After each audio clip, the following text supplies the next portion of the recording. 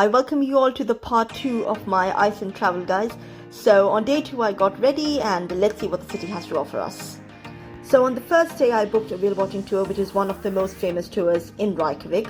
In this tour we have to go approximately 2.5 to 3 hours in the ocean, in the middle of the ocean, to see the whales.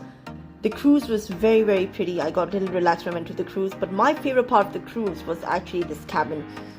So this cabin it looks really cozy firstly. And here you can also order drinks and hot chocolate, which is very famous in Reykjavik. So you can wait until you go in the ocean and then you can see the whales. So it was like a 1-2 hour waiting time, so you can easily wait here. So I got some hot chocolate and now we go in the middle of the ocean.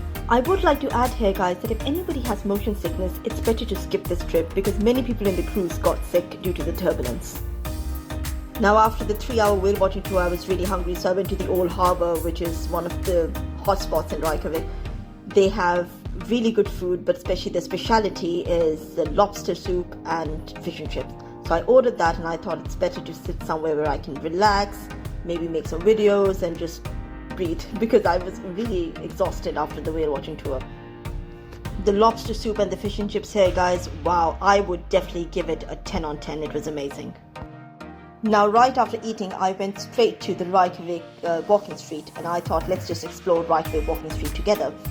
And my main aim in Reykjavik walking street was actually to visit the most famous places that I have heard about in Reykjavik. There are different cafes, there are bakeries which are very famous. So starting with, is a very famous bakery and it is called the Sandhall Bakery, where people come for breakfast. Usually the visitors, they come for breakfast. And when I went in, it was pretty nice, it was cozy, it was comfortable. It was a little rushy though, but the variety was really good. Next, I got to know there's a cat cafe and then I rushed straight there because I love cats. So if you're a cat lover, you need to check it out. Look at this baby. Oh, sleeping. Let's not disturb her. Moving on. Now after the cat cafe, I went to the dessert shop and this would be one of the best dessert shops I have ever been to. They serve ice cream and donuts together, but look at that. I would give it a 10 on 10.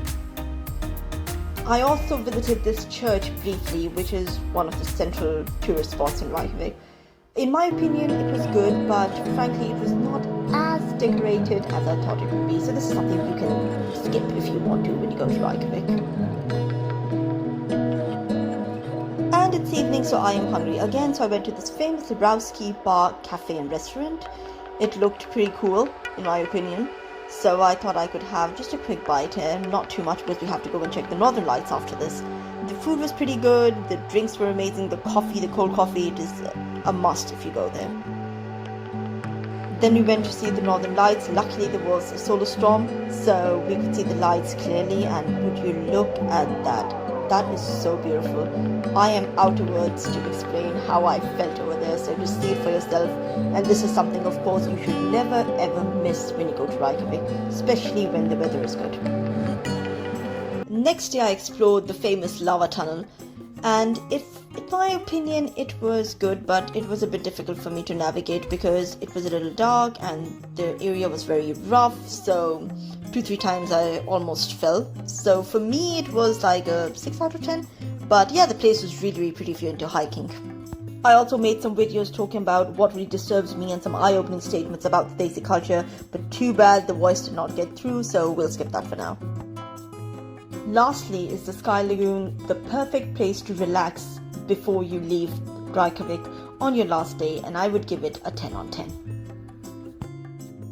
And this would mark the end of my journey. Thank you very much, guys. I hope you liked the vlog. Kindly do subscribe if you find my content interesting, and I will be back for more.